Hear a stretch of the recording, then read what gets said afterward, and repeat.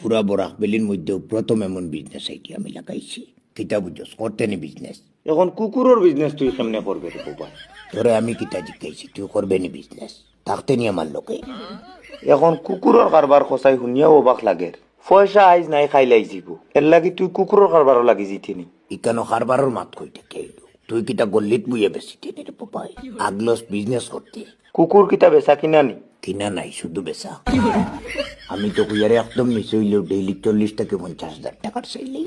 কুকুর নি ফুরা বরাক ঘুরিবে লইয়া কোনোকে দামও জিকাইতো না।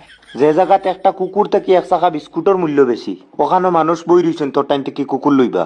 আরে ভাই, যেখানে মূল্য নাই এখানে তো যাওয়ার প্রশ্ন হয় না। আমি এমন জায়গাত কুকুর লইয়া অ্যান্টি মারতে যাই আর যেখানে একটা R15 থেকে একটা কুকুরের মূল্য বেশি। কোন জায়গা?